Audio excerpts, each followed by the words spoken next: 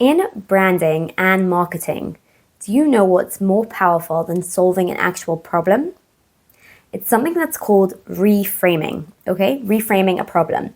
A classic example in the Harvard Business Review is of, let's say you are the owner of a building and people are complaining about a slow elevator. So you think the problem is a slow elevator. So what would your immediate, sort of solutions that you come up with would be?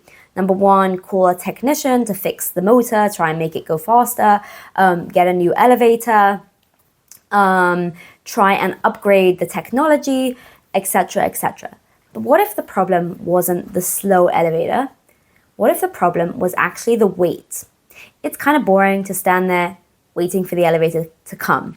So a less obvious solution would be to put mirrors in the building, because you know what? People get a real kick out of looking at themselves, or talking to themselves on camera.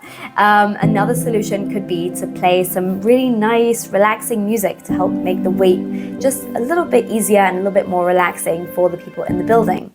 Now, if you look at the solutions before, when we just thought the problem was a slow elevator, and the solutions afterwards, you can see they're completely different. If we hadn't done the reframe of the problem isn't the slow elevator, the problem is the wait, we would never have been able to come up with those solutions in the first place.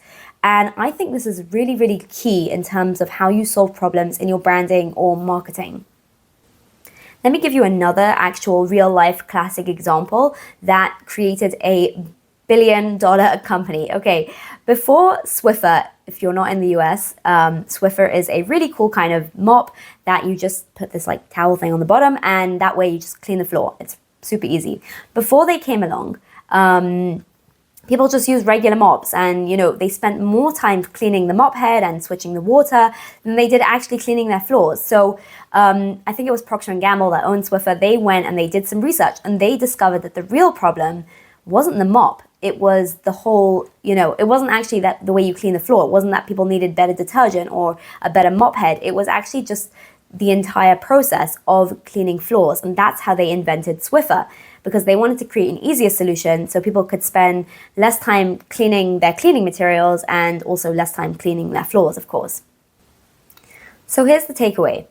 If your brand and your products are stuck in a sea of sameness, it's time to start asking different questions. You can ask questions like, what are just assumptions that everyone has in my industry? So list all the assumptions and then try and find the opposite of those things. And that way you may be able to reframe the way that you see your market and you see your consumers and you see the way they use your products. You can also try and create sentences where you say something like, people think the problem is X, but what if the real problem was Y? Now, you can write the wildest, most craziest things, because that's how you brainstorm. That's how you come up with good ideas. And that's what I do for my clients. So I hope this reframing is helpful, and you can use that to find new solutions for your branding and marketing.